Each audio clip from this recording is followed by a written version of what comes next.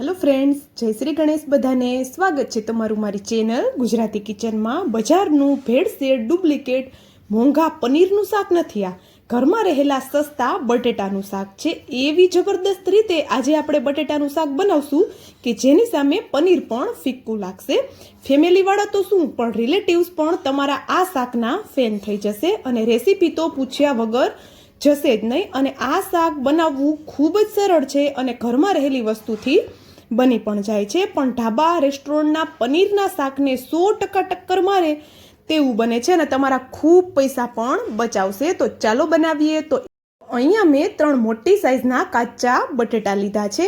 તો જોઈ શકો છો, મેં બટેટાને આ રીતે ક્યુબમાં કટ કરી લીધા છે. જે રીતે આપણે પનીરને કટ કરતા હોય એ જ રીતે મેં બટેટાને કટ કરી લીધા છે. બસ બટેટાના આપણે મોટા ટુકડા નથી રાખવાના વધારે, એટલે જલ્દીથી આપણું શાક બનીને તૈયાર થઈ જશે. તો ચાલો, શાકનો આ બટેટા છે એને આપણે મેરિનેટ કરીએ. તો એના માટે અડધી ચમચી જેટલો આપણે હળદર પાવડર એડ કર્યો, 1 ચમચી જેટલો ધાણા જીરું પાવડર, અડધી ચમચી જેટલો લાલ મરચું પાવડર, તમે કાશ્મીરી લાલ મરચું પણ લઈ શકો છો, થોડી હિંગ એડ કરી અને અડધી ચમચી જેટલી લસણ અને આદુની પેસ્ટ એડ કરેલી છે. આદુ લસણ એડ કરવું ટોટલી ઓપ્શનલ છે.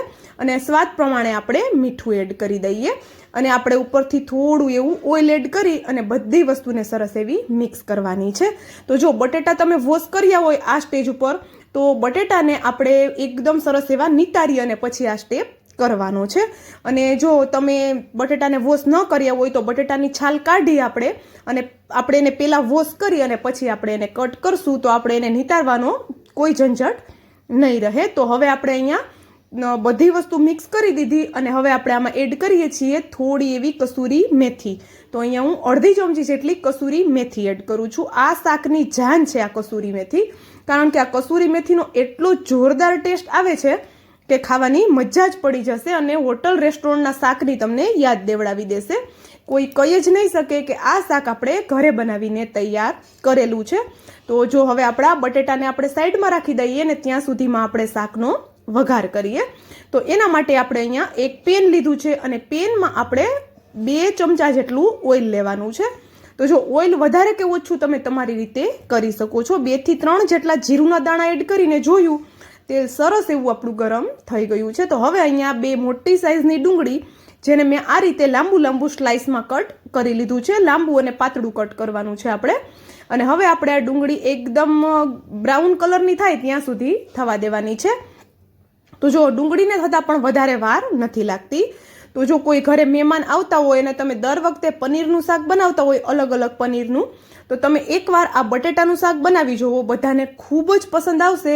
અને મહેમાન પણ દર વખતે તમારી ઘરે આવીને આ જ શાકની ડિમાન્ડ કરશે, કારણ કે એટલું બધું ટેસ્ટી આ શાક બને છે. તો જો આપણે વાતોમાં ડુંગળી પણ સરસ એવી બ્રાઉન થઈ ગઈ, તો આપણે એને બહાર કાઢી લઈએ. અને હવે જે સેમ તેલ બચ્યું છે આપણું, એમાં જ આપણે આગળની પ્રોસેસ કરવાની છે. તો જો એકદમ સરસ એવી ડુંગળી આપણી થઈ ગઈ છે ફ્રાય. તો હવે આપણે એમાં એડ કરીએ બટેટા. તો આપણે જે મેરિનેટ કરીને રાખ્યા હતા બટેટાના ટુકડા, એ આપણે એડ કરી દઈએ અને બટેટાને સરસ એવા આપણે 80 થી 90% જેટલા કૂક કરવાના છે. તો આ રીતે તેલમાં બટેટાને આપણે ફ્રાય કરશું. આમ તો વધારે તેલ નથી એટલે આપણે એને ફ્રાય ન કરી શકીએ, પણ કૂક કરશું એટલે આપણે બટેટાનો જે ટેસ્ટ છે એ 100 ગણો વધી જશે. અને બટેટા બધાને ખબર છે કે નોર્મલી તેલ વધારે પીતા નથી, બસ હલકી એવી એની ઉપર તેલની કોટિંગ જ આવે છે. તો જો બટેટા આપણા થાય છે ત્યાં સુધીમાં એક નાનકડી પ્રોસેસ કરી લઈએ. તો આપણે જે ડુંગળી તળીને રાખી હતી એ સરસ એવી ઠંડી થઈ ગઈ છે. તો એમાં હવે અડધો થી પોણો કપ જેટલું આપણે મોળું દહીં લીધું છે. બંને વસ્તુને આપણે પીસી અને સાઈડમાં રાખી દઈએ અને હવે આપણે બટેટા ચેક કરીએ. તો જો મેં અહીંયા ઢાંકણ એની ઉપર કવર કરી દીધું હતું. તો જો આપણે ખોલીને ચેક કરીએ તો આપણા બટેટા છે એ જોઈ લઈએ આપણે કે કૂક થયા છે કે નહીં. અને આપણે એને ઢાંકણ જો ઢાંક્યું હોય તો વચ્ચે 2 થી 3 વખત આપણે એને ફેરવતા રહેવાનું છે, જેથી કરીને બટેટા એક સાઈડથી દાજી નહીં જાય. તો જો અહીંયા આપણે ચેક કરીએ છીએ ચપ્પુની મદદથી, તો બટેટા એકદમ પ્રોપર કૂક થઈ ગયા છે આપણે જેવા જોઈએ છે એવા.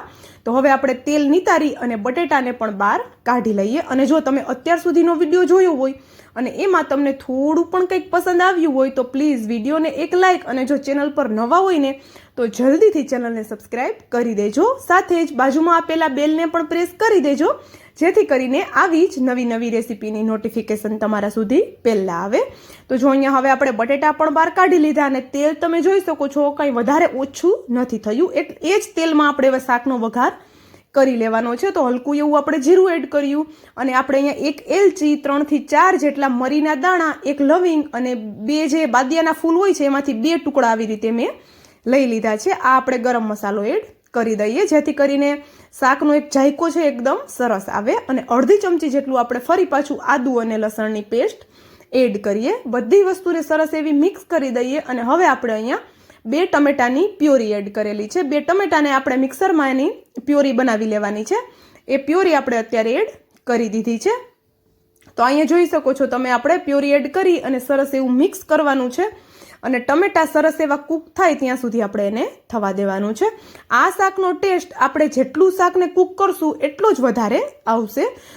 અને એટલો બધો વધારે પણ સમય નથી લાગતો આ શાક બનાવવામાં. બધી વસ્તુ સાથે સાથે કરતા જશું તો 10 થી 15 મિનિટમાં આપણું શાક બનીને તૈયાર થઈ જશે. તો હવે આપણે ઘરના રેગ્યુલર મસાલા એડ કર્યા, જેમાં સ્વાદ પ્રમાણે મીઠું, અડધી ચમચી જેટલું હળદર પાવડર, 1 ચમચી જેટલું ધાણા જીરું અને 1 ચમચી જેટલું આપણે લાલ મરચું પાવડર એડ કરી દીધો છે. બધી વસ્તુને સરસ એવી મિક્સ કરી દીધી છે.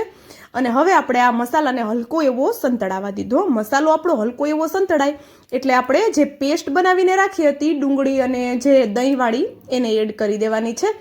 આ પેસ્ટથી આ શાકનો ટેસ્ટ એટલો જોરદાર આવશે કે તમને એવું જ લાગશે કે આ શાક આપણે બહારથી મંગાવ્યું છે, અને પનીરનું શાક પણ તમે ભૂલી જશો, એટલું બધું ટેસ્ટી આપણું આ શાક બને છે. તો જો પેસ્ટ એડ કરી અને સરસ એવું આપણે મિક્સ કરવાનું છે. અને આ પેસ્ટ એકદમ પ્રોપર કૂક થઈ જાય, દહીંની પ્રોપર સ્મેલ વહી જાય ત્યાં સુધી આપણે એને કૂક થવા દેવાનું છે. અને ફરી પાછી મેં અડધી ચમચી જેટલી કસૂરી મેથી અહીંયા લીધેલી છે, કારણ કે બટેટાનું જે શાક હોય છે એમાં કસૂરી મેથીનો ટેસ્ટ જોરદાર કોમ્બિનેશન થાય છે. તો જો અહીંયા અડધી ચમચી જેટલી કસૂરી મેથી એડ કરી અને આપણે એને સરસ એવું મિક્સ કરી લેવાનું છે. અને હવે આપણે ફરી પાછું આની ઉપર ઢાંકણ ઢાંકી દઈએ અને આમાંથી તેલ છૂટું થાય કિનારીઓ ઉપર ત્યાં સુધી આપણે આને થવા દેવાનું છે.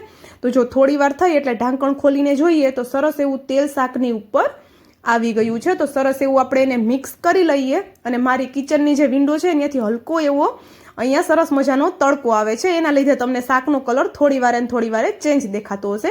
કારણ કે વાદળા છે તો થોડી વારમાં તડકો આવે છે અને થોડી વાર છાંયો થઈ જાય છે. તો જો અહીંયા આપણું શાકનો કલર પણ એકદમ સરસ આવી ગયો છે, તેલ પણ સરસ એવું છૂટું થઈ ગયું છે. તો હવે આપણે એમાં થોડું પાણી એડ કરીએ. તો જો પાણી આપણે નોર્મલ નથી એડ કરવાનું, હુંફાળું ગરમ પાણી આપણે એડ કરવાનું છે, કારણ કે જો ઠંડુ પાણી એડ કરી દઈશું તો શાકની પ્રોસેસ જે છે એ રોકાઈ જશે અને આપણું શાક છે એનો ટેસ્ટ થોડો ઓછો થઈ જશે. તો ગરમ પાણી જ આપણે એડ કરશું. પાણી સરસ એવું ઉકળી જાય, ગરમ છે એટલે ઉકળતા વાર નહીં લાગે.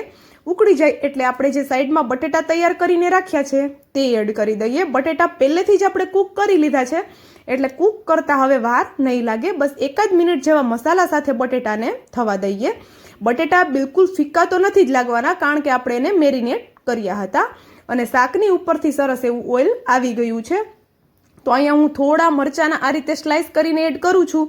ખૂબ સરસ એવો ટેસ્ટ આવે છે અને સુગંધ પણ સરસ આવે છે. થોડું આદું લીધું છે, એને આપણે આ રીતે લાંબુ કટ કરીને એડ કરી દીધું છે. ઓપ્શનલ છે, તમને જો પસંદ આવે તો એડ કરવાનું છે. ઉપરથી લીલા ધાણા એડ કરી દઈએ અને એકદમ જબરદસ્ત એવું આપણું પનીરના શાકને ટક્કર મારે તેવું શાક બનીને તૈયાર થઈ ગયું છે. And thank you for watching.